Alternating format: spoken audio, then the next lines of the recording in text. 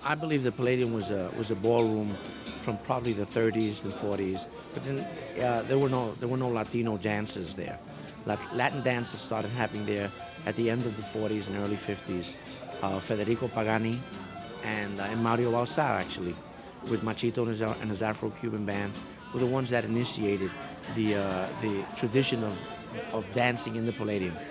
Then Mario Balsar asked the owner, whose name was Tommy Morton, how do you feel about black? Meaning, do you mind if black people come here? And Mr. Morton told him, I'm only interested in the color of green, meaning money. So they scheduled a dance. They called it the subway dance with Machito and 5 other orchestras. Well, it became a huge financial success, and that was the way the Palladium Ballroom started performing Latin music in Midtown Manhattan. There was always 2 bands at the Palladium. It was never one band that I could really remember. It was always 2 bands, and it was always a good band. Either Machito, Eddie Palmieri, Puente at that time, and Tito Rodriguez. They had Joe Cuba. They had from Cuba. They had Fajardo when he first came to play in 1958. There was a Jose Cabello. Concepcion came in. Aragon came in. And of course we had Tito Puente. Okay, Machito was, for us, he was the apostle as far as I was concerned. And then days until Puente and him and Tito Rodriguez was another one. The Palladium was fantastic.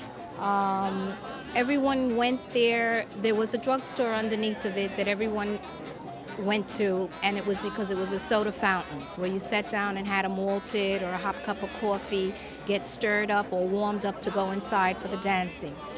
The Palladium was always very packed, and especially when they had the 3 greats there was usually a line. And those stairs, it looks like you were climbing into heaven. It was about 15 or 20 steps, but when you heard the music, you know, those steps became like 100 because you wanted to get there so badly, you know. But once you got there, it was another world because you saw all these people laughing, you know, which is something that you don't see today. You know, people laughing, people having a good time. Yeah, the place was huge, and it was wonderful, and everybody was dancing. It was just great, really great. The ceiling was beautiful because it was draped, and it had lights coming from the ceiling, and that was just for the sound. You know, they had all this drape. It would drape to the center. It was beautiful, and that was in burgundy drapes that were in the center that covered the whole dance floor. So the music stayed right there. On your left side, as you entered, you had the table, so to speak, and they were more or less occupied by people of means. As I said, the celebrity types, and then maybe some knock-around guys who had, you know, money also on that level. The right-hand side, there was like this long banquette, so to speak, and that's where the girls would sit, and then the guys would come take them out to dance. And most of the socializing took place on that right-hand side, because that's where the bulk of the public went. Well, we always snuck over to the right-hand side, too, you know, because there were good dancers there. You know, we did mingle over there, too, sure. We're still basically street dancers.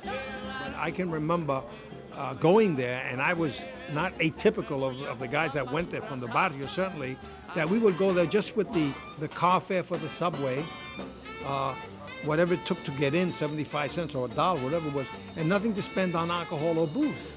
I mean, it's hard to think of anybody going out with $2, but that's the way it was. Wednesday was talent night, showtime. You'd be trembling before you go on the stage because you always wanted to do the right thing and you wanted to perform and you wanted the people to acknowledge you and you wanted to do good. If you won the first prize, it was $15. You won second prize, was $10. And the third prize, well, you know, you figure it out, was $5 or something like that. And you had to split it up. You had to split it up with your partner. So we were really out there really competing for that money at that time. And that's why we were dancing so much better than the professionals who came after the contest. Because we were dancing for that little money. And that little money at that time was good money, but you know, it was extra money. And would you believe that we had to pay tax on that? And after show, it was just being yourself and dancing and enjoying whatever night was left of. If you're going down to the roots, you can find a semblance of it, as we discussed that American Masters tape, where you see these Cubans dancing back in the 30s or even far back, maybe it's the 20s, and it's reminiscent of what was being done in the Palladium later on. But I would say the intricacy, certainly the intricate steps that evolved came from the Palladium dances. So the basic beat of it may have come from Cuba, but the evolution and the complexity that later ensued came from the dances in the Palladium. And I say pioneers like Joe and Anibal from the Mambo Aces. In my neighborhood, this very well-known dancer guy we used to call Joe Gambaro used to dance professionally there and up in the Catskills and so forth. These guys would find new steps and evolve them right on the dance floor of the Palladium, and then the following week somebody would pick it up. And Cuban Pete also, he was one of the early guys, and people would imitate these more adept dances, and that's how the thing proliferated. That's how it evolved. But let me tell you, the best dancers ever that's traveled over the world, they worked with Frank Sinatra, they worked with Sammy Davis Jr. It was Augie and Margot. Nobody up to now has accomplished anything like Augie and Margot have accomplished. They've gone to the White House twice for two different presidents to perform. The best ever was Augie and Margot, okay? He Dominican and she's Puerto Rican from the barrio. But what happened with Augie and Margot is that the majority of the people that just heard of them, they never saw them. Because very early in their career, man, they went professional. So they would just come once in a blue moon to the Palladium. But Cuban Pete and Millie, they were regulars there all the time. And then someone told me about the Palladium. So a group of us used to go on Sundays and we would dance. And the more I went, the more I learned by dancing with all the dancers there. And then Killer Joe approached me one Sunday and he asked me to come up on a Wednesday night and I could get in for nothing if I danced in the contest. I said, whoa. He said, yeah, and you could win money. I said, oh, whoa. So that's what I did. And he gave me a partner, I don't even know his name. Danced with him. I don't think we did well, but it was very exciting. It was the first time I danced in a contest. Then Pete asked me, after that contest, he asked me to do. Cuban Pete asked me to dance with him the following week. I was lucky. I'll say I was blessed at times. I came into the Palladium, friends of mine, who also dances, were telling me, why are you hanging out in the Bronx? Come on down, the Palladium, this is a new place to go. And I said, what's the Palladium? He says, come on down, you'll find out. I went down that Sunday to get into the Palladium, and let me tell you something. I never seen so many Puerto Ricans ganged up in one place on a block between 52nd Street and 54th Street on Broadway, mass in line, going around the block, lined up waiting to get in. The cops actually thought we better stick around because maybe they get out of line or they might have a ride or something. They thought we were going to do something, you know, out of the way.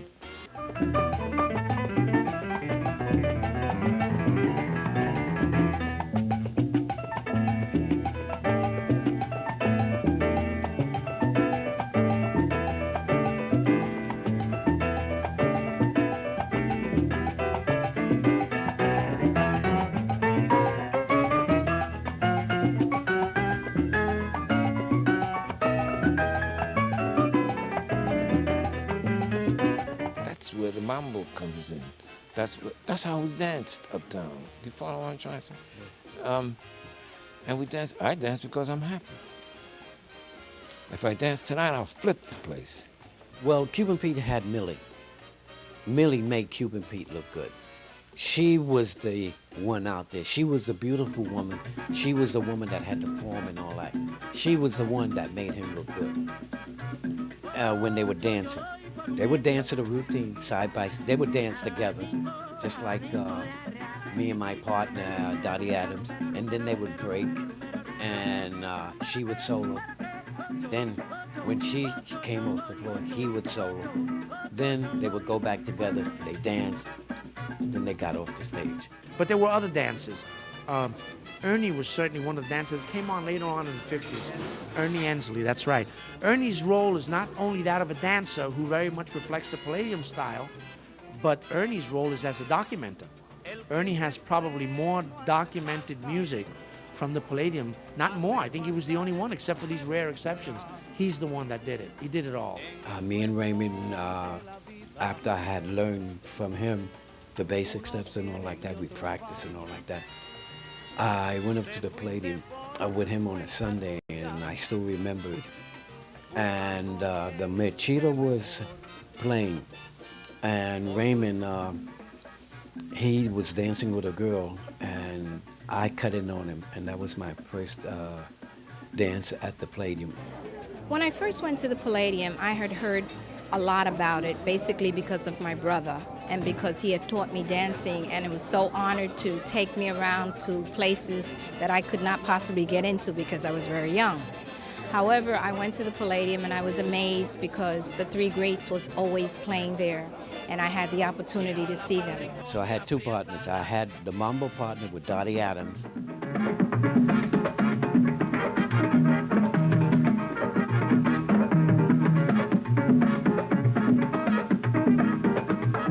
Then I would come back later and dance with Anna Araya.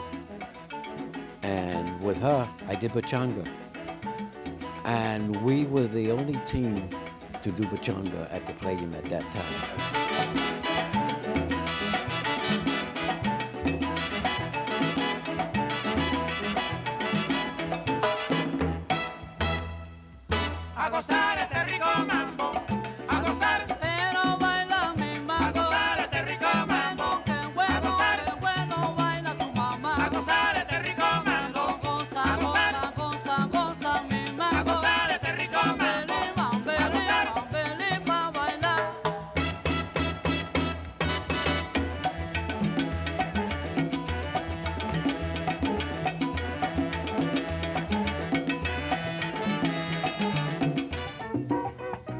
The Mambo Aces were the first guys who made up a routine dancing side by side. The Mambo Aces were like, if you saw them dance, their routine was like, how do you say, like a machine.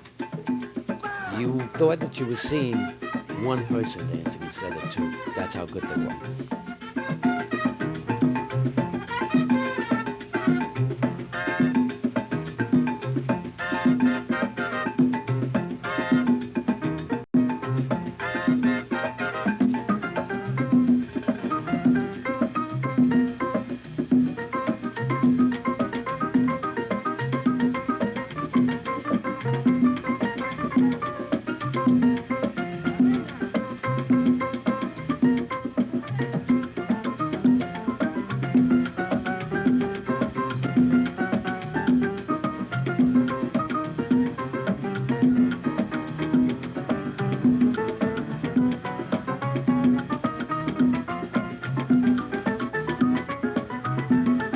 To me, one of the best dances I've ever seen in my life was like they say, Luis Machina.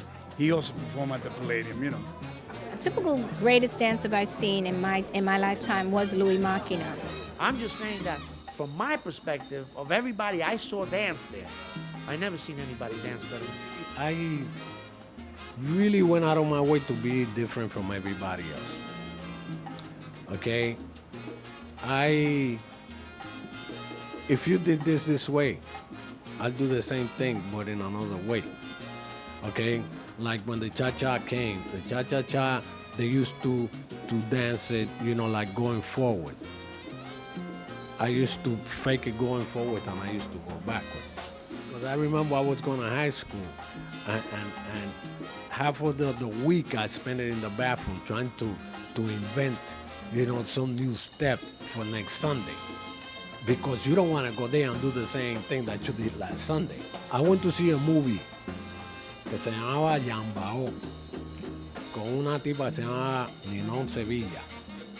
And this was about brujos, you know, about voodoo, like they call it, and things like that. And there's a part that there's these ladies in the mountains with long dresses, and they are dancing to un bembe, what they call un bembe, and they were doing a step, and I started doing that little step, and that little step today, I look at everybody and I'm saying, you know, my wife don't know. I said, Louis, look at that.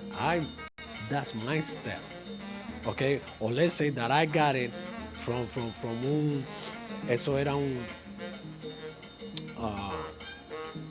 like an African chant. And I brought it and I put it there. And that had become like one of the main steps. And I take pride in it that I say, well, you know, I contributed something. I always felt we were the best dressed guys in New York. Irrespective of all of the, you know, they talk about zoot suits and all. No. When we went to the Palladium ballroom, we all wore 2 or 3 button sharkskin suits, you know what I mean? Cut, tailored properly, wingtip shoes, well, you know, coiffed, the hair cut short. I mean, I thought we were the sharpest guys in the city, and that was kind of a Palladium thing. It was unheard of in those days. Every time I danced one number, after a number, I went in the bathroom and I washed my face, and you want me to tell you something, I came back like, you know, nuevo. It hurts me, but it's their game. It's okay. They're entitled. I wonder what the rebellion is against sharpness, clean looking. Represent what you do. You know, I'm very proud of what I do, and I like to show it. The ladies, it was more flexibility, because we all wore dresses. At that time, we wore petticoats, a lot of ruffles, a lot of tight dresses like fishtails with pleats, and costumes were eccentric. They weren't as eccentric as they are today because it was not allowed, and if you weren't a cabaret dancer, it was still not a lot of you exposed for costume. They used to drag the mink stoles and the mink coats across the sidewalk coming up the stairs of the Palladium to go in. Bob Hope used to take us to the movies after the Palladium, things like that. Marlon Brando used to hang out there just for a couple of names. So you had to go to the place. You alluded to the bouncers. That was an interesting phenomenon. They had these massive Italian guys who were the bouncers there. And you may have been a tough guy uptown, but these guys didn't know who you were, you know what I mean? And it didn't make any difference. They had a guy, they used to call him Superman. This guy, he looked like a building. And they had a back stairs, which was, the bandstand was here, and then you had tables and chairs, and then you had this back entrance which led to 53rd Street in the back. And if anybody got out of line, I mean, they just threw him down the stairs. I don't know how they even killed somebody down there. But this guy, and they would stop a fight in 10 seconds. The Palladium had a bad reputation. Okay, early on, everybody used to say that the Palladium, the only people who went to the Palladium were drug addicts. All right? And in a way, it was right, but not drug addicts. You know, like in the 50s, the choice, the drug of choice was pot. All right, and all these people from Puerto Rico that didn't know nothing about pot, you know, they used to say, ese se la da, ese se la da, and some people used to say, ese se inyecta esa cosa, you know. There was a young secretary who went to the Palladium one night, and she apparently was at the tables there on the left-hand side, and she was offered a joint, so to speak, stick of marijuana, which she took offense at. And the next day she reported it to her boss, a guy named Dick Q. So Q took kind of umbrage at this. He took offense at this, and he launched an investigation. And he gave it to this guy named Irving Lang, who was a colleague of mine, who was assistant DA when I was an assistant DA. Lang became a judge later on also. So then they came up with another heinous crime, they claimed, whereby this guy had thrown this lady of his, because he was like, you know, he was a procurer guy. He'd thrown her down the steps, and they threw her out instead of him. So that was another nail in the coffin, so to speak. They organized this raid through the police department, and a very good friend of mine, who's now a television producer, Sonny Grazzo, was a first-grade detective, and his partner, Eddie Egan, they became famous in the French Connection case. They spearheaded it.